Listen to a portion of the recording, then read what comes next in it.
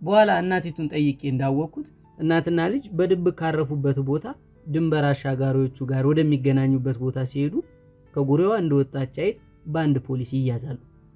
እናት የቀጠሮ ሰዓት ከማለፉ በፊት ያላት አማራጭ አንድ ብቻ ነበረ፣ ለፖሊሱ ከያዘችው ብር ግማሹን መስጠት። ያ ቀጠሮ ካለፈ ቀጣዩ ጉዞ መቼ እንደሚሆን ማንም አያውቅም። ምናልባት ወራት አሊያም ዓመታት ሊወስድ ይችላል። አንዴ ከመስመር ከወጡ መመለሻቸውም ሩቅ ነው። አንዳንዴ ገንዘብ ኖሮም ድንበር አሻጋሪዎቹን ማግኘት መከራ ነበር፣ ምክንያቱም በሚያውቁት ሰው በኩል ካልሆነ ማንንም አያገኙም። እናም ብሩን ቀንሳ ለያዛቸው ፖሊስ ሰጠችው።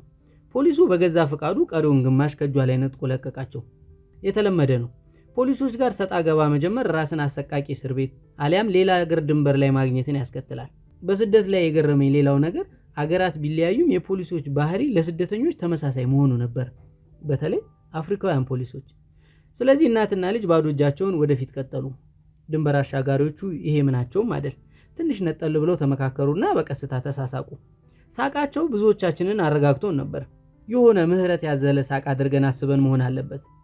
አንዳንድ ተፈጥሯዊ ስሪቶች ሳይቀሩ ትርጉማቸው የሚቀየርበት የስደት ዓለም ግን ሳቅን የደስታና የምስራች ሳይሆን የሰቆቃ ፈረስ አድርጎ እንደቀየረው የገባን ሳይቆይ ነበር።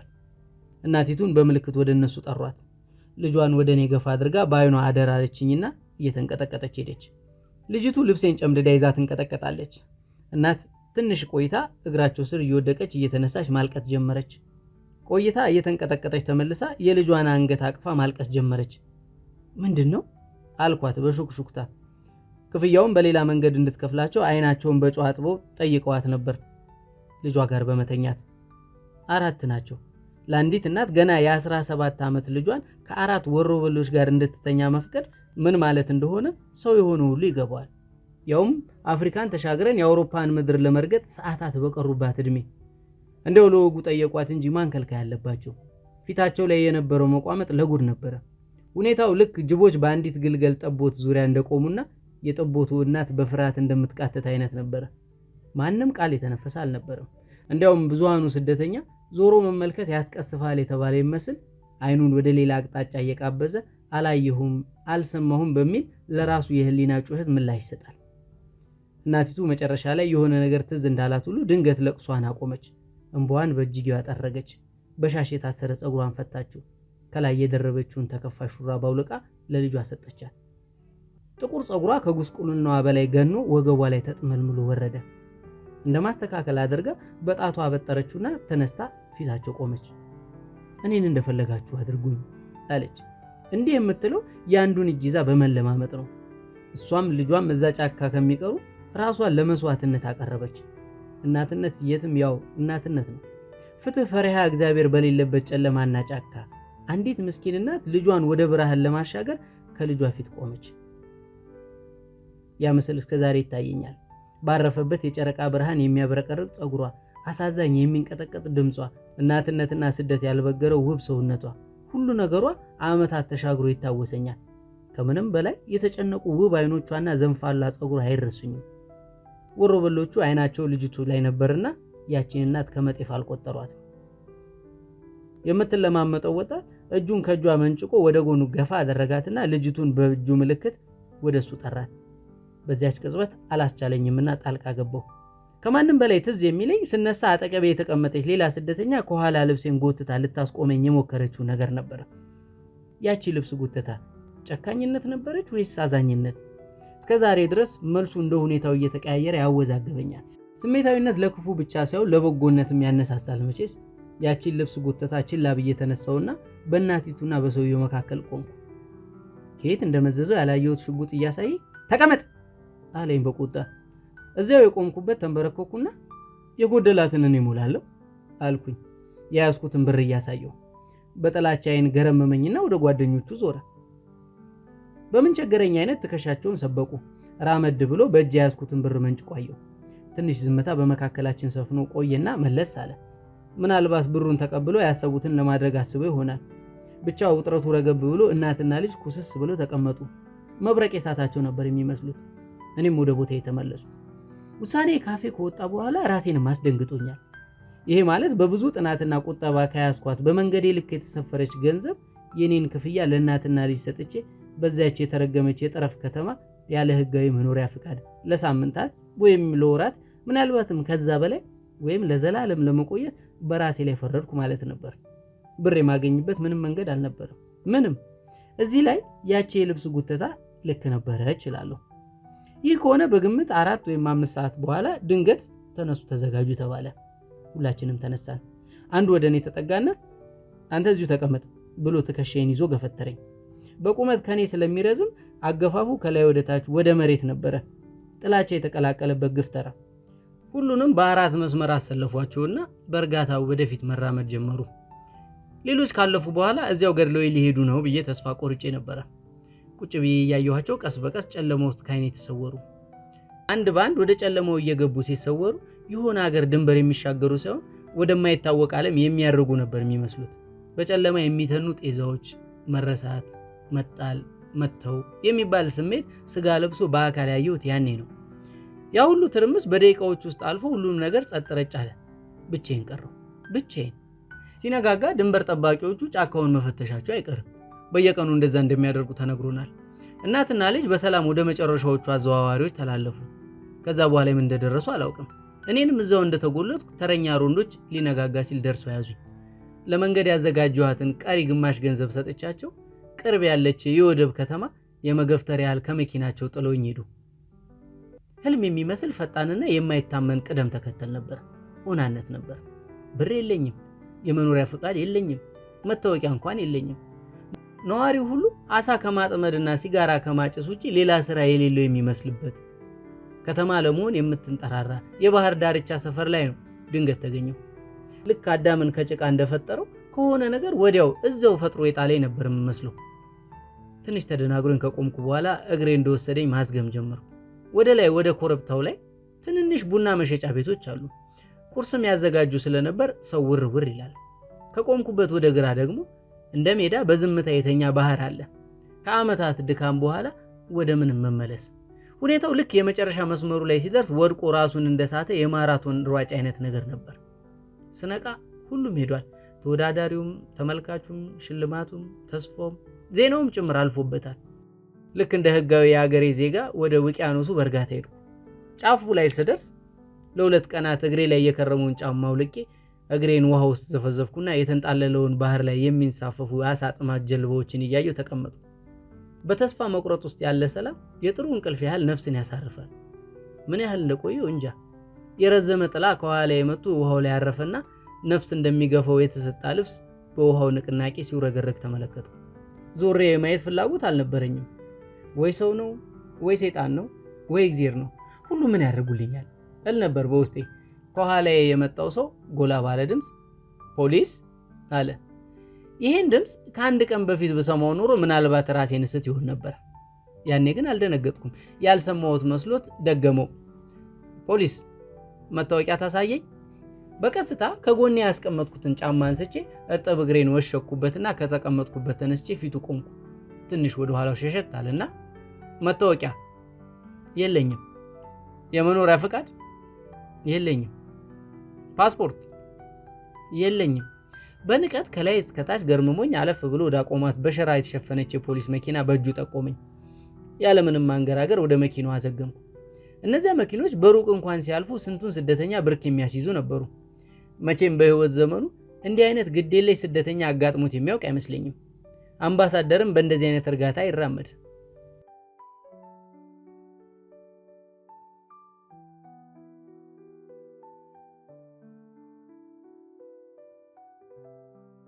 አሳውም የኛ፣ መረቡም የኛ። ገበያ የሚመስል እስር ቤት ውስጥ ከሱዳን፣ ከማሊ፣ ከሶማሊያ፣ ከኤርትራ፣ ከሌሎች የአፍሪካ ሀገራት በመጡ ስደተኞች መሃል ራሴን አገኘሁት። የእስረኛውን ብዛት መገመት በራሱ ያዳግታል። ሁካታውና መርመስመሱ ግራ ያጋባል። እስር ቤቱን እስር ቤት ሊያስብለው የሚችለው ነገር ዙሪያውን አጥር መኖሩና የታጠቁ ጠባቂዎች በማማው ላይ መቆማቸው ነበር። በተረፈ ዙሪያውን የታጠረ ሜዳ ማለት ይቀላል። አገሩ ሞቃት ስለሆነ ውጭ ለውጭ ብለን ሲመሻሽ የዩኒሴፍ አርማ ባለባቸው 11 ረዣዥም ዳሶች ውስጥ እንገባለን። ዳሶቹ ግራና ቀኝ ክፍት ሆነው በረዣዥም የብረት ምሰሶች የተወጠረ የሸራ ጣራ ብቻ ያላቸው የፀሐይ መከላከያዎች ናቸው።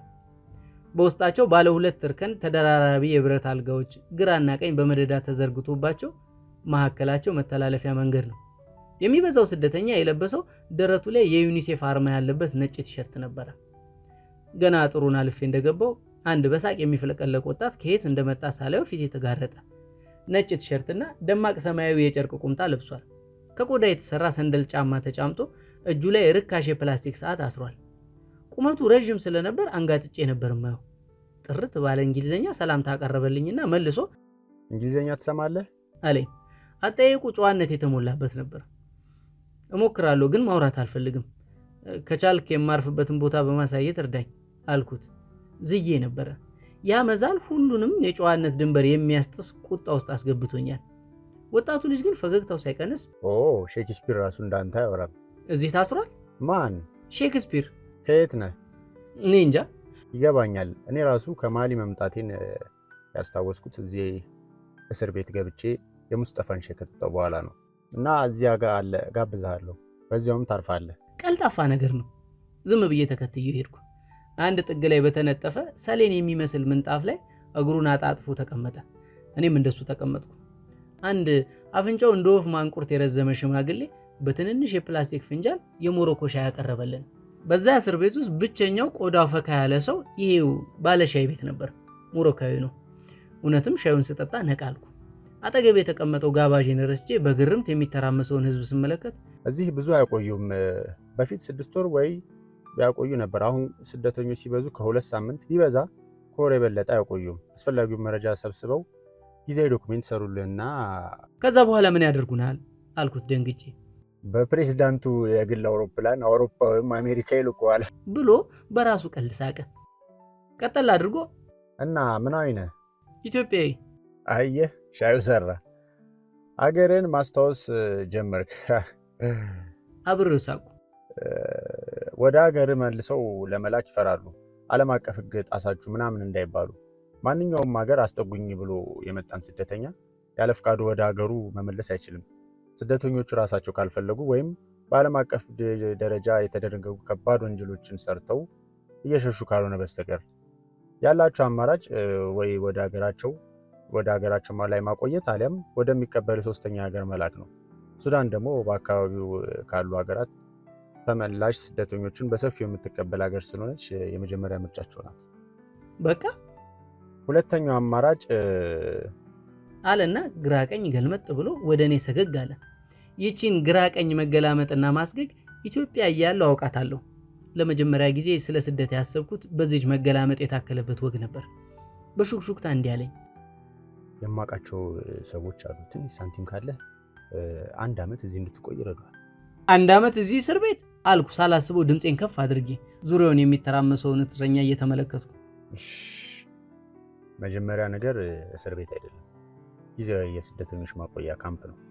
እስር ቤት ከፈለክ ግን ከዚህ 12 ኪሎ ሜትር የሚርቅ ጥሩ እስር ቤት አላቸው። ከፖሊሶች ጋር ግብግብ የፈጠረ ስደተኛ ወይም እዚህ ሀገር ሌላ ወንጀል የሰራ ብቻ ነው ወደዚያ እስር ቤት የሚልኩት። እዚህ ስልህ እዚህ ማቆያ ውስጥ ማለት አይደለም። ስደተኞችን የሚያቆዩባቸው የወደብ ከተማ አለች፣ ታንጅር ትባላለች። ከዚህ 7 ሰዓት ብቻ ነው የምትርቀው በመኪና። በእርግጥ ህጋዊ አይደለችም፣ ግን ህግ የሚያስከብሩ እንዳላዩ ካለፉ ያው ህጋዊ ልትሆን ትችላለህ። እሺ ተስማማው እንበል እና ሰዎችን በምንድን ነው የማገኛቸው? ቀላል ነው። ዩኒሴፍ በየ15 ቀኑ አንዴ ለ10 ደቂቃ ብቻ ስልክ ያስደውላል። ስደተኞች ቤተሰብ ወይም ጠበቃ ምናምን እንዲያናቁ። እዚህ እስር ቤት ውስጥ ስልክ ይፈቀዳል። ለቤተሰብ ልደውል ነው ብለህ ትመዘገብና በዚህ ስልክ ደውል ብሎ ቁራጭ ወረቀት ከኪሱ አውጥቶ ሰጠኝ። ፍጥነቱ ይገርማል። እጆቹ ከሚናገረው ቃል እኩል ነው የሚሰሩት። በቸልታ ወረቀቷን ተቀበልኩት። ወዲያው ነበር ደላላ መሆኑ የገባኝ። ካለ ነገሩ አልተንከባከበኝም። ሱሌማን የላከኝ በላቸው ብሎ እግረ መንገዱን ለትውውቅ እጁን ዘረጋልኝ። ዮናስ ብዬ የዘረጋልኝን እጅ ጨበጥኩት። ቀጠል አድርጌ የምከፍለው ብር ግን ከማለቴ ካፌ ነጠቀኝና ፈልግ፣ ብዙ ውድ አይደለም። በዚያ በኩል ስፔን ቅርብ ነው። እየቀለድኩ እንዳይመስልህ፣ ቅርብ ነው። ሞሮኮ ላይ ቆመ እጅን ስፔን ጠረፍ ላይ የምትዝናና ቆንጆ ከኋሏ ቸብ ልታደርግ ትችላለህ። ሳቁ ያምራል። በዚያ በኩል ስፔን ቅርብ ነው። እየቀለድኩ እንዳይመስልህ፣ ቅርብ ነው። አንዳንዶች እንደውም በዋና ይሻገሩታል። የኑግ ልጥልጥ የመሰለ ፊቱ ላይ በስርዓት የተደረደሩ ትንንሽ ነጫጭ ጥርሶቹ የሆነ ጥሩ ሰው ያስመሰሉት ፍጥረት ነበር። የሆነ ሆኖ ያው ደላላ ነው። ያውም በህገ ወጥ የሰው ዝውውር ሰንሰለት ውስጥ የሚሰራ። ይሄ ማለት ሳቁ ሌሎች ለቅሶ ላይ የተመሰረተ ፍጥረት ነው ማለት ነው። ስደተኛ ከእስር ቤት በር ላይ እያጠመደ ለእንደገና ስደት የሚያመቻች። ከዚህ ሁሉ ጊዜ በኋላ ወደ ሀገሬ መመለስ ውርደት ሆነብኝ። እንደገና ሌላ ስደትም ገና ሳስበው አንገሸገሸኝ። እንደተከዝ ብር የለኝም፣ ያለኝን በሙሉ እነዚያ የተረገሙ ፖሊሶች ወስደውብኛል አልኩት በሚነጫነጭ ድምፅ። አትዘንባቸው። ምኖቹን? ፖሊሶቹን። መኖር አለባቸው። ሚስት ይኖራቸዋል፣ ውሽማ ይኖራቸዋል፣ ብር ይፈልጋሉ። ዝም አልኩት። አንተ ገንዘብ ፈልገ ህግ ጥሰው ሀገራቸው እንደገባው እነሱም ህግ ጥሰው ኪስ ቢገቡ ብዙ አትዘን። በቃ ሚስቶቻቸውንም አስረክበው የሚሄዱ ስደተኞችም አሉ። ብር ምኑ ይገርማል። አሁን የወደፊቱን ብቻ አስብ። ደግሞ ብዙ ኢትዮጵያውያን ዘመድ ምናምን አያጡም። የተወሰነ ታስልካለህ አለ። ዘመድ የለኝም አልኩ እኮ። ረስተህ ይሆናል እንጂ አይጠፋም። ሻይ ድገም፣ ለማስታወስ ይረዳል። አልተግደረደርኩም። ሁለተኛ ሻይን እየጠጣው ስለ ቤተሰቦች አሰብኩ። ስለዚያች ወደ ስደት ስለላከችኝ ሴት አሰብኩ። ያቺ የተረገመች። እግሬ ከሱዳን ከወጣ በኋላ ደግሜ ደውዬላት ነበር። ስልኩ አይሰራም። ምናልባት ለቤተሰቦቼ ያለሁበትን ሁኔታ ደውዬ ልንገራቸው ይሆን? ብዙ አታስብ። የእውነት ብር የምታገኝበት አማራጭ ከሌለ የሆነ ስራ እየሰራ ወደ ስፔን መሻገሪያ ሳንቲም ታጠራቅማለህ። ጓደኞቼ ስራ ያስቀጥረዋል። ትንሽ ጊዜ ይረዝምብሃል እንጂ ከዚያ ከፍለ ወደ ስፔን መሻገር ነው። የዋህ ልቤ ሲያምን ይሰማኛል። ምን አይነት ስራ? አሳ ማጥመድ ትችላለህ? አልችልም። አሳ በቢላ መበለት መቼም አያውቅም። አልችልም። አሳ ምግቦች ማዘጋጀትስ? አልችልም። እንዴ አገራችሁ አሳ የለም? ተሳሳቅን። ሱሌማን እንደመከረኝ ከ3 ሰዓት ረጅም ጥበቃና ሰልፍ በኋላ በተገኘ ስልክ ለጓደኞቹ ደወልኩ። በሳምንቱ ደግሞ ይኸው ከንፋስ የፈጠነ ሱሌማን አንዲት ትንሽ ዲጂታል ካሜራ ይዞ መጣና ፎቶ አንስቶኝ ሲያበቃ በቁራጭ ወረቀት ሙሉ ስሜን፣ እድሜን፣ የትውልድ ቀኔን ይዞ ሄደ። በአንድ ሳምንት ፎቶ የተለጠፈበት በአረብኛ የተጻፈ ወረቀት አመጣልኝ። ምንድነው የሚለው አልኩት። የአንድ ሰርዲን ፋብሪካ ጊዜ ሰራተኛ ነው። ትንሽ ብሮች ሰርቀ ልትጠፋ ስትል ተይዘ ነው እዚህ የመጣኸው። አሁን ባለቤቱ እዚህ መሆንን ስላወቀ ፖሊሶች ጋር መጥቶ ሊወስድ እየመጣ ነው። ነገ ከዚህ መውጣት ትችላለህ ካሌም በኋላ ወደ ጆሮዬ ጠጋ ብሎ ብዙ አትተማመንበት፣ ፎርጅድ ነው። በ2 ቀን ውስጥ ከዚህ ትወጣለህ። ጓደኞቻችን መውጫው ጋር ይጠብቁሃል። አንተስ? እኔ እዚሁ ነው አሳ ማጠምደው። አንድ አሳ አግኝተሃል። ወደ መበለጫዬ ስደርስ እንደማረግምህ ተስፋ አደርጋለሁ ብዬ ተቃቀፍና ተሰነባበትን። በቀጣዩ ቀን 7 የምንሆን በተመሳሳይ መንገድ ከማቆያ ካምፑ የወጣን ስደተኞችና ከሌላ ቦታ የመጡ 3 ሴቶች በሚኒባስ ተጭነን ወደ ሰሜናዊ የሞሮኮ ከተማ ጉዞ ጀመርን። የሚበዛውን መንገድ በዝምታና በእንቅልፍ ነበር ያሳለፍነው። በየመሃሉ ስነቃ በመስኮት የሚታየው አሰልቺና ተመሳሳይ የበረሃ ምስል በመሆኑ መልሶ እንቅልፍ ይወስደኛል። አልፎ አልፎ ትንሽ መንደሮች ውልብ እያሉ ያልፋሉ። መጨረሻው የማይታይ ወርቃማ አሸዋ የተነጠፈበት ምድረ በዳ ላይ 1-2 ጊዜ ለሽንት ከመውረዳችን ውጪ ጉዟችን አልተቋረጠም። የታሸገ ደረቅ ብስኩትና ውሃ እዚያው መኪና ውስጥ ሰጡን። ብዙዎቻችን ግን ሙቀቱ ይሁን ጭንቀቱ ዘግቶን መብላት አልቻልንም። ውሃውን ብቻ ነበር ቶሎ ቶሎ የምንጎነጨው። በዚህ ሁኔታ ወደ 8 ሰዓት የፈጀው ጉዞ አድርገን ወደ ምሽቱ 2 ሰዓት አካባቢ በመብራት ወደ ተሽቆጠቆጠች ትልቅ ከተማ ደረስን። ወከባ የበዛባት የሰውና የመኪና ትርምስ መርካቶን ያስመሰላት ከተማ ነበረች። ታንጂር ትባላለች። ከመላው ዓለም የሚመጡ ቱሪስቶች የሚጎርፉባት የሞሮኮ የወደብ ከተማ ናት። ከተማ ውስጥ የማይታይ አይነት የሰው ዘር የለም። በባህል በታሪክና በኪነ ጥበብ ሀብቷ የታወቀች ከተማ ናት። ከተማዋ እጅግ ጥንታዊ በመሆኗ የቤቶቹ አሰራር የተለየ ውበት አለው። ወደ ሌላ ከተማ ሳይሆን ወደ ሌላ ዘመን የተጓዝኩ ነበር የመሰለኝ። ጊዜና እድል ገጥሞለት ሊጎበኝ ለሄደ ሰው ነፍስን ሲቃ የሚያስይዝ ውበቷ እዚያው ኑሩብኝ የሚል ነው። እንደኔ የህገወጥ ስደት ዕጣ ለወደቀበት ደግሞ ሲኦልን የሚያስንቅ ሌላ ገጽታ ያላት ከተማ ነበረች። አፍሪካ ላይ ጋደም ብላ አውሮፓ ጋር የምትጠቃቀስ ስፔን ጋር ውሃ የምትራጭ ወሳኝ መሸጋገሪያ። ያመጡን ሰዎች አንድ አሮጌ በድንጋይ ካብ የተሰራ ባለ 1 ፎቅ ቤት ውስጥ አስገቡንና ያንኑ ብስኩትና ውሃ ሰጥተውን ከውጭ ቆልፈውብን ሄዱ። ለማየት እንኳን የሚቀፍ አይጥ የቦተራረፈው የሚመስል 2 የስፖንጅ ፍራሽ ጥግ ጥጉን ተቀምጧል። በሌላኛው ጥግ መሬቱ ላይ በዘፈቀደ የተጣለ ካርቶን ነበር። አንዱን ፍራሽ ለሴቶቹ ሰጥተን ሌላኛው ፍራሽ ላይ የተወሰኑ ሲተኙ የቀረነው ቁርጥራጭ ካርቶኖቹን ወለሉ ላይ እያነጠፍን አረፍ አለን።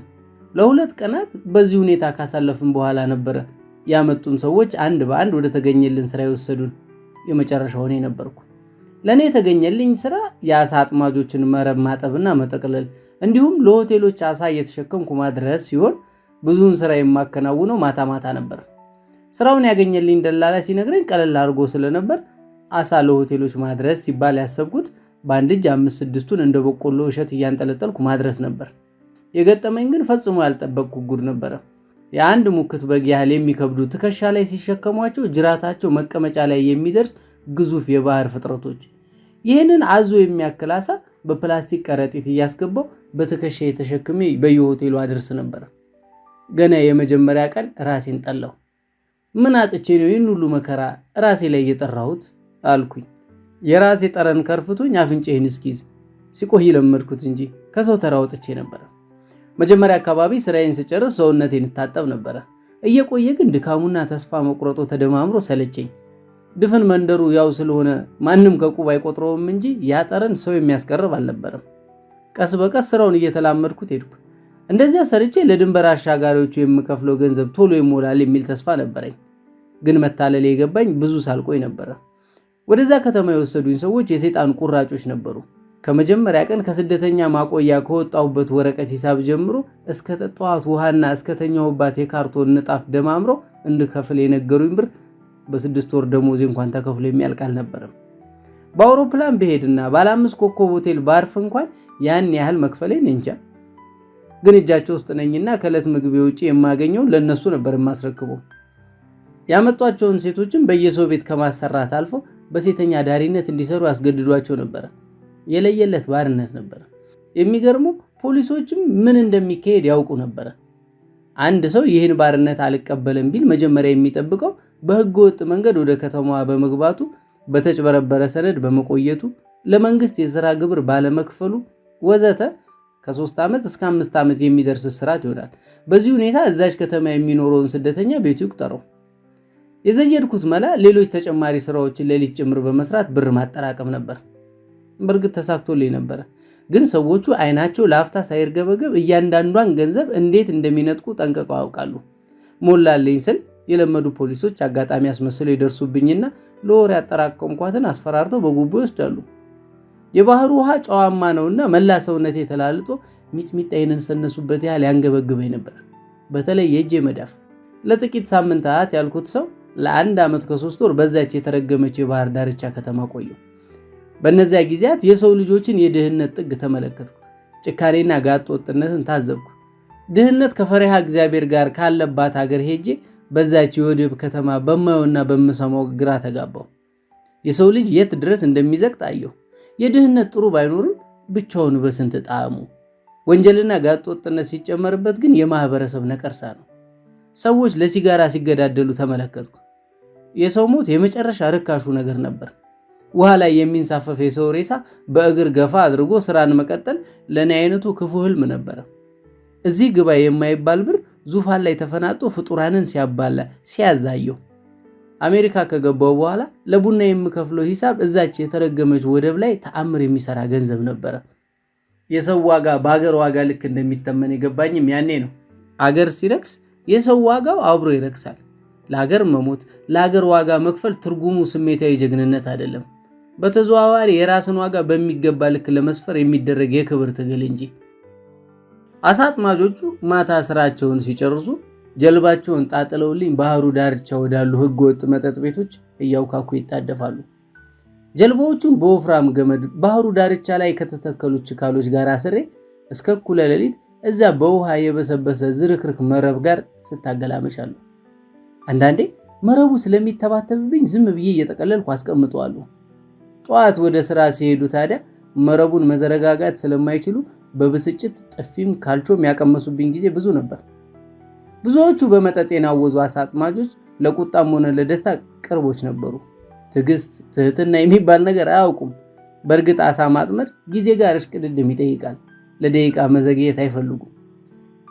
ክብር የሚባል ነገር ያለበት ጊዜና ቦታ ላይ ሆኖ ሲያስቡት ነገሩ ክብር ይነካል። ይሁንና የሀበሻ ወኔን ዋጥ አድርጌ ስራውን ለመድኩት። እንደውም ደንበኞች የበዙ። ጀልባዎቹ ማየት ደስ ይለኝ ነበር። ማዕበሉ ወደ ባህሩ ዳርቻ ደርሶ ሲመለስ ውቅያኖሱ ይስባቸዋል። የታሰሩበት ገመድ ደግሞ ወደ ዳርቻው ይጎትታቸዋል። እንዲሁ ሲወዛወዙ ይነጋል። አንዳንዴ ሁሉንም ፈተህ ልቀቃቸው የሚል የእብድ ሐሳብ ውልብ ይልብኝ ነበር። ጀልባዎቹ እኔን ራሴን ይመስሉኝ ነበር።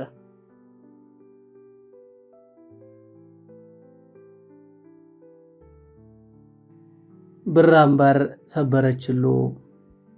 ትንሽ ስረጋጋና አገሩን ስለምድ እኔም ሰው ነኝና ስፈራ ስቸር አልፎ አልፎ ወደ እነዚያ መሸታ ቤቶች ጎራ ማለት ጀመርኩ። በህይወት ዘመኔ ከእናቴ ጠላ ውጪ አልኮል መቀማመስ የጀመርኩት እዛ ነበር። እንደኔ ሊሰደዱ ሞክረው ገንዘብ ያጠራቸው ወይም በማይወጡት ሱስና ዕዳ የተዘፈቁ ያችን ለማሟላት ሴተኛ ዳሪ የሆኑ የበርካታ ሀገራት ሴቶች በመሸታ ቤቶች ውስጥ ነበሩ። የሚበዙት ተስፋ ቆርጠው እዚያው በሴተኛ ዳሪነት ህይወታቸውን የሚገፉ ናቸው። ከብዛታቸው የተነሳ አንድ አሳ የሚሸቱ ጎስቋላ ወንድ ወደ ቡና ቤቶቹ ሲገባ 5-6 ሴቶች ይከቡታል። እነዚያ በሌላው ዓለም ቢሆን እግራቸው ተስሞ ለጋብቻ የሚጠየቁ ቆነጃጅት እንዲህ ሲሆኑ ማየት እስኪ ለምዱት አንዳች ግርምትን ያጭራል። እኔም ይሄው ነበር የገጠመኝ። ሴቶች አንዳች አስማተኛ ፍጡራን ናቸው። በዚያ ሲኦል ውስጥ እንኳን ወንድነትን፣ ሰው የመሆንን፣ የመፈቀር ስሜት እንዲሰማን ያደርጉናል። ለህይወት እንድንሳሳ ያደርጉናል። የቆረጥናትን ተስፋ በሴቶች ፈገግታና የሽቶ ጠረን መልሰን እንቀጥላታለን። እንግዲህ በዚህ ሁኔታ ነበረ ዛናታ የምትባል ሴት ጋር የተዋወቅኩት። መጀመሪያ እንዳየኋት ኢትዮጵያዊ መስላኝ ነበር። የቀይ ዳማ መልኳ፣ የሚዘናፈል ጸጉሯና በዚያ ስራ ውስጥ ሆና እንኳን የሚያስታውቅባት አይን አፋርነት የኢትዮጵያ ሴቶች አይነት ነበር። ብዙ ጊዜ እዛ ቤት ስመላለስ ሴቶቹ አይተውኝ ምንም ጠብ እንደማይለኝ ስላወቁ ለብቻ ይተውኝ ነበር። የዚያን ቀን ግን ማፍጠቴ ጠርቷት መሰለኝ ፈገግ ብላ ወደ ተቀመጥኩበት መጣች። ለዚያ ስራ በተለማመደችው የወንዶችን ስሜት የሚያነሳ አረማመድ ሰበር ሰካ ስትል ትልቅ መቀመጫዋና መካከለኛ ጡቶቿ የተለየ እንቅስቃሴ ያደርጋሉ። በተለይ ግን ጥርሷ። እንደዚህ አይነት የጥርስ ንጣት የትም አይቼ አላውቅም። የማላውቀው ሀገር ልሳን በሚጫነው እንግሊዘኛ ምን ነው ብቻህን አለችኝ። እንደ ቀልድ ፈገግ ብዬ እግዚአብሔር ከነፍጥረቱ ብቻዬን ተወኝ አልኳት። አልሳቀችም። ዝም ብላ አየችኝና ኮስተር እንዳለች በማላውቀው ቋንቋ የሆነ ነገር ተናገረች። ግራ መጋባቴን አውቃ በእንግሊዘኛ እግዚአብሔር እኔ ልኮልሃል የምትፈልገውን ተናገር ብላ ባንዴ መኮሳተሯ ወደ ሳቅ ተቀየረ። ምንኛ ነው መጀመሪያ የተናገርሽው? ፈረንሳይኛ። ትችያለሽ? ከአረብኛ ቀጥሎ አፌን የፈታውበት ነው። አረብኛም ትናገሪያለሽ? ያው እንደ ትልቅ ዕውቀት አትየው። በሁሉም ቋንቋ አንድ የረባ ነገር ተናግሬበት አላውቅም። ተሳሳቅን። ቢራ እንድጠጣ ጋበዝኳት። አልኮል እንደማትጠጣ ነገረችኝና ለኔ ቢራ ለሷ ቀዝቃዛ የሎሚ ጭማቂ ይዛ መጣች። ከተፋፈገው ክፍል ወጥተን ነፋሻው የቡና ቤቱ አሮጌ የእንጨት በረንዳ ላይ ተቀመጥን። ስትቀመጥ አያታለሁ። ቀሚሷን ሰብሰብ አድርጋ በስርዓት ነበር የተቀመጠችው። ሁለታችንም ዝም ብለን ተቀመጥን። ጨለማ በዋጠው ውቅያኖስ ላይ አልፎ አልፎ ቀይ መብራቶች ቦግልም ይላሉ። የባህር ላይ ድንበር ጠባቂ ጀልባዎች ናቸው። ከመራቃቸው የተነሳ ድምጻቸው የማይሰማ አውሮፕላኖች በጥቁሩ ሰማይ ላይ አብሪ ኮከብ መስለው ያልፋሉ። ዛናታ እንደ ዓመታት ፍቅረኛ ራሷን ትከሻዬ ላይ ጣል አድርጋ በዝምታ ተቀምጣለች። ጠረኗ ደስ የሚል የሽቶ የሎሚና የዚህ ሀገር ሜንት ሲጋራ ድብልቅ ጠረን ነበረው። በቀስታ አቅፌ ጸጉሯን መነካካት ጀመርኩ። ልቤ ደረቴን ቀዳ ልትወጣ ደርሳለች። ድንገት ቀና ብላ ቤቴ ቅርብ ነው፣ ከፈለክ መሄድ እንችላለን አለችኝ። በአክብሮት እንደማልፈልግ ነግሬያት ተሰነባብተን ወደ ዋሻ ያመራው። ዞሬ ሳያት ቆማ እያየችኝ ነበር። እስከዚያ ዕድሜ ሴት ጋር ሄጄ አላውቅም ነበርና ክፉኛ ፈርቼ ነበር። በዚያ ልክ ሴት ጋር ስጠጋጋም የመጀመሪያዬ ነበር። ከዚያች ምሽት በኋላ ወደዚያ መሸታ ቤት እግር አበዛው። ዛናታ ባየችኝ ቁጥር እየተፍለቀለቀች ትመጣለች። ቢራዬን ይዤ የሎሚ ጭማቂዋን እየተጎነጨች እናወራለን። የሆነ ነገር ገብቷታል። እንደ እንስሳ በሚያደርጋቸው ወንዶች መሃል ሰው ሳልሸታት አልቀረው። የሰውነት ሽታ ከሚቀረናው የአሳ ሽታም በላይ የሰውን ነፍስ ዘልቆ ይሰማል መሰለኝ። ብቻ በየምሽቱ እየተገናኘን ወዳጅነታችንም እየጠነከረ ሄደ። አንድ ማታ መጠጋጋታችን ወደ ድንገተኛ መሳሳም አለፈ። እጅግ ጥልቅና ረዥም መሳሳም ነበር። ሎሚ ሎሚ የሚል መሳሳም። እናም በሚስለመለሙ ውብ አይኖቿ እያባበለች ወደ ቤቷ ስትጋብዘኝ እምቢ የማለት ወኔ ከዳኝ። የሴት ልጅ ሰውነት ጋር ለመጀመሪያ ጊዜ የዛን ሌሊት ተዋወቅኩ። እኔ አላምንም። የመጀመሪያ ነው አለች እየተፍለቀለቀች። ዝም ብዬ አየኋት። እንዳትዋሸኝ አለች ሊፈነዳ ያሰፈሰፈ ሳቋ ፊቷ ላይ እንደተዘጋጀ። በአዎንታ ራሴን ነቀነቅኩ። ከንፈሬን ስማኝ አውቄው ነበር እያለች በሳቅ ተፈለቀለቀች። ድንገት ሳቋን አቁማ እንዴ አገራችሁ ሴት የለም አለችና የሚያማምሩ ጥርሶቿ ብርሃናቸውን ረጩ። እንደ ተአምር አየችኝ። ልክ እንደ ሕፃን ልጅ በዝምታ ጉንጯን ጉንጬ ላይ ለጥፋ ቆየችና ሲገርም አለች ለራሷ። ምን እንደገርማት አልገባኝም። እናም ዛናታ ጋር ያበደ ፍቅር ውስጥ ገባው። አንድ እሷ ነበረች ሙሉ ከተማውን፣ ውሃውን፣ መንገዱን የሞላችው ለኔ። እሷ ጋር ስሆን በስደት አገር ውስጥ ለብቻዬ የተከለለ ህጋዊ ደሴት ላይ ያረፍኩ መስሎ እስኪሰማኝ ሰላም ሆን ነበር። እቤቷ በሄድኩ ቁጥር ከሷ እኩል ቤቷ ይገርመኛል። እግሬ ከኢትዮጵያ ከወጣበት ቀን ጀምሮ በስርዓት የተደራጀ ቤት ውስጥ ስገባ የመጀመሪያ ነበረ። የቤቷ ንጽህና ገረመኝ። የቤት ዕቃዎቹ ወደ ህይወት መለሱኝ። ትንሽ ሕያው ሙዚየም ነገር። የምኖረው ሌሎች 9 ስደተኞች ጋር በምጋራው ጠባብ አሮጌ ክፍል ውስጥ የተገኘውን ነገር እያነጠፍኩ ነበርና የተሰማኝ ስሜት ልዩ ነበር። የኔን እንኳን መኖሪያ ከማለት መደበቂያ ዋሻ ማለት ይቀላል። ማንኪያ፣ ሹካ፣ መጥበሻና ብርጭቆ ዝም ብሎ ቁስ አይደሉም። ከነመኖራቸው ትዝ የማይሉንን የቤት ዕቃዎች ሰውን ተከትለው ባረፈበት የሚረጉ፣ ሰውን በክብር ለማስተናገድ የተሰለፉ ያው ቁሶች ናቸው። ቤት እንዲህ የሚናፈቅ ነገር ነው ብዬ አስቤ አላውቅም ነበር። የተደረደሩትን ዕቃዎች እያየው እንባዬ በዓይኖቼ እንደሞላ ትዝ ይለኛል። ይህ እንዴት ሊገለጽ ይችላል? ከአንድ ወር በኋላ ይመስለኛል ዛናታ ጠቅልዬ ከሷ ጋር እንድኖር ጠየቀችኝ። አላንገራገርኩም።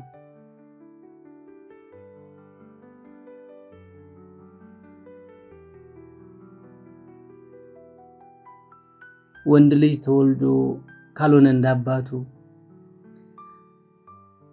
ተማርኩ ሰለጠንኩ ብዬ የአበሻ ወንዶች አምባገነን ባህሪ የፈጠረው ተረት እያልኩ ያጣጣልኩት አባባል ነበረ።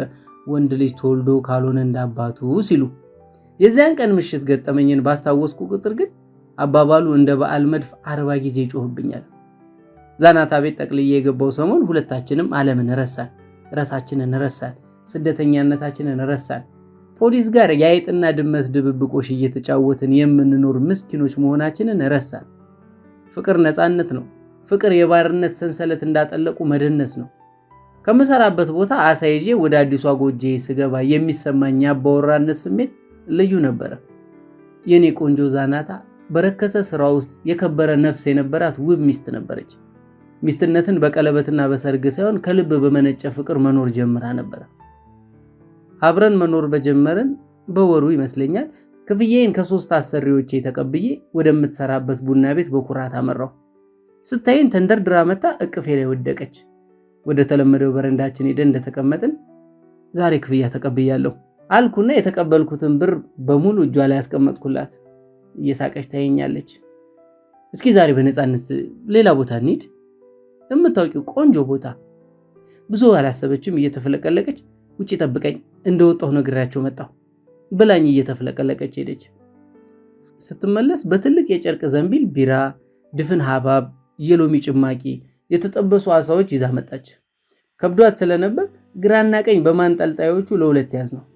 የዚያን ቀን ምሽት ተያይዘን በባህሩ ዳርቻ የተሰራውን ዋና መንገድ ወደ ግራ በመተው ወደ ሰፊው አሸዋማ የባህር ዳርቻ ቀናል። መንገዱ ጨለም ያለና ሰዎች ብዙም የማይጠቀሙበት ነበር። ባህሩ ዳርቻ ላይ ወዳሉ የጀልባ ጎጆዎች ነበር ለመሄድ ያሰብነው። እኔ ከምኖርበት ሰፈር ስወጣ የመጀመሪያ ነበር። ዛናታ ግን በተደጋጋሚ ተሄዳባቸው ስለነበር መንገዱን የምትመራኝ እሷ ነበረች። ጀልባዎቹ በተለይ ለጥንዶች የሚዘጋጁ ሲሆኑ የራሳቸው ትንሽ መኝታ ቤትና መጸዳጃ ቤት ያላቸው ተንሰፋፊ ጎጆዎች ነበሩ። በዋጋም ርካሽ ናቸው። ወደ እኩለ ሌሊት ስለነበር በመንገዳችን የሰው ዘር አልነበረም። ሁለታችንም ህገወጥ ነዋሪዎች ነንና ይህን ወደኗል። በዛ ሰዓት ፖሊሶች ሙሉ ትኩረታቸው ጠረፉ አካባቢ በሌሊት ድንበር በሚሻገሩ ስደተኞች ላይ ስለሚሆን አካባቢው ነፃ ይሆናል። ከሩቅ የሚብለጨለጨው የጀልባዎቹን ብርሃን እያየን እያወራንና እየተሳሳቅን በየመሃሉም እየተሳሳምን ምድሩም ሰማዩም ጠቦን እንደ አገረ ገዢ በኩራት ስንጓዝ ድንገት ከቀኝ በኩል ከተደረደሩት የዘንባባ ዛፎች ውስጥ የመኪና መብራት ቦግ ብሎ አካባቢውን በሰማያዊ ብርሃን አጥለቀለቀውና መልሶ ጠፋ። ሁለታችንም የጨው አምድ ሆነን ቀረን። ያንን መብራት ማንም ስደተኛ የሚያውቀው መብራት ነበር። ህገወጥ የሰው ዝውውርና አደንዛዥ እጽ ተቆጣጣሪ ፖሊሶች መኪና መብራት ነው። ምልክቱም ቁሙ ነበር። ብዙዎች ከዚህ መብራት ማስጠንቀቂያ ለማምለጥ ሲሮጡ በጥይት ሩምታ ተገለዋል። ማንም ወረቀት የሌለውን ስደተኛ ለምን ገደላችሁ የሚላቸው የለም። ባለንበት ቀጥ ብለን ቆምን። ሁለት ፖሊሶች ትንሽ ተራርቀው የእጅ ባትሪ ፊታችን ላይ እያበሩ ቀረቡና በአረብኛ የሆነ ነገር ተናገሩ። ዛናታ የያዝነውን ዘንቢል እንድናስቀምጥና ወደፊት እንድንራመድ ነገረችኝ። እንዳለችኝ ያደረግኩ። ረዘም ያለና ቁጣ የተቀላቀለበት ነገር ሲናገሩ ዛናታም ኮስተር ብላ መለሰችላቸው። ጭቅጭቅ ተፈጠረ። በመጨረሻም አንደኛው ወደ እኔ ራመድ ብሎ ክንዴን አፈፍ አደረገና ወደ መኪናው እንድንሄድ ጎተተኝ። ዛናታ የሆነ ነገር ስትናገር መጎተቱን አቆመና ወደ ኋላዬ ገፋ አድርጎኝ እሷን በምልክት ወደ መኪናው እንድትቀድም አሳያት። በአንድ ነገር እንደተስማሙ ገብቶኛል። ወደ እኔ ዞራ በተረጋጋ ድምፅ በቀጥታ ተመልሰህ ቤት ሂድ፣ ጠብቀኝ፣ ቶሎ እመጣለሁ አለችኝ። ግራ እንደተጋባው ሳያት ቆጣ ብላ ሂድ፣ የምልህን ሰማኝ፣ ካልሰማኝ ሁለታችንንም ችግር ውስጥ እንገባለን፣ ሂድ ብላኝ ወደ መኪናው ተራመደች። ወደ ኋላ ተመልሼ መንገድ ከጀመርኩ በኋላ ትንሽ ራቅ እንዳልኩ አቅጣጫዬን ቀይሬ ከአንዱ ዘንባባ ዛፍ ስር ቆምኩ። ይቺን ድርጊት ምን ነው ባላደረግኳት እላለሁ እስከዛሬ። መኪና ውስጥ ከኋላ አስገብተዋት ሁለቱም ወደ ጋቢና ገብተው በሩን ሲዘጉ ወደ ሆኑ ቦታ ሊሄዱ መስሎኝ ነበረ። መኪናው ግን አልተነሳም። ትንሽ ቆይተው አንዱ ፖሊስ ወጣና ሲጋራ ለኩሶ ከመኪናው ወደፊት አለፍ ብሎ እያጨሰ ቆመ። ሌላኛው ከጋቢና ወጥቶ ዛናታ የገባችበትን የኋለኛውን በር ከፍቶ ገባና ዘጋው። ትንሽ ቆይቶ መኪናዋ በቀስታ ከፍ ዝቅ ስትል ትታይ ነበር። ወደፊት ሩጥ ሩጥ የሚለኝን ስሜት የዘንባባ ዛፉን በብስጭት አንቄ ተቆጣጠርኩት። የራሴን እጅ ነክሼ በምሬት ቆምኩ። የመጀመሪያው ፖሊስ ወጥቶ ቀበቶውን ሲያስር፣ ሁለተኛው በጥድፊያው ወደ መኪናው ተጣደፈ። መሃል ላይ ቆም ብለው ሲጋራ ተቀባበሉ። ሁለተኛው ፖሊስ የመጀመሪያው በወጣበት በዚያው በር ገባና ዘጋው። ከዛ በላይ ማየት አልቻልኩም። ፊቴን አዙሬ ወደ ቤታችን ተጣደፍኩ። ዋጋ ቢስነት፣ ረዳት አልባነት ውስጤን ሞላው። ሰውነቴ በልህ ይንቀጠቀጥ ነበር። ደግሞ ራስ ወዳድነቴ ህይወትን መውደድ እንጂ እነዚያን ቆሻሾች አጥፍቻቸው ብጠፋስ እላለሁ። ከእህቶቼ አንደኛዋ ላይ ቢሆን የማደርገው ይሄንኑ ነበር፣ መሸሽ። ተንገበገብኩ። መንገዴ ላይ ያገኘሁትን ነገር ሁሉ በእግሬ እየጠለስኩ እንደ እብድ ብቻዬን ለፈለፍኩ። ፖሊሶቹን ረገምኩ፣ ከተማዋን ረገምኩ፣ መንግስትን ረገምኩ፣ ሀገሪቱን ረገምኩ፣ ራሴን ጭምር ረገምኩ። አእምሮዬ ወደኋላ ብዙ ዓመታት ተጉዞ አባቴን አስታወሰ። አንድ ጧት አባትና እናቴ ወደ ቤተክርስቲያን ሲሄዱ ግቢያችን በር ላይ ልጋጉን የሚያዝረበርብ ውሻ አጋጠማቸው። ውሻው እንዳያቸው ወደ እናቴ ሊነክሳት ሮጠ። ከውሻው ፍጥነት የተነሳ አባባ ረዥም መቋሚያውን እንኳን መጠቀም አልቻለም። ዘሎ ከእናቴ ፊት ቆመና ለእናቴ የተሰነዘረው የውሻ ጥርስ የአባቴ ክንድ ላይ ተሰገሰገ። እናቴ ዘላ ወደ ግቢ ተመልሳ በጩኸት እስክትቀሰቅሰን አባባ ውሻው ጋር እየታገለ ነበረ። ያ ውሻ የእብድ ውሻ በሽታ በሚሉት የተለከፈ ነበረ።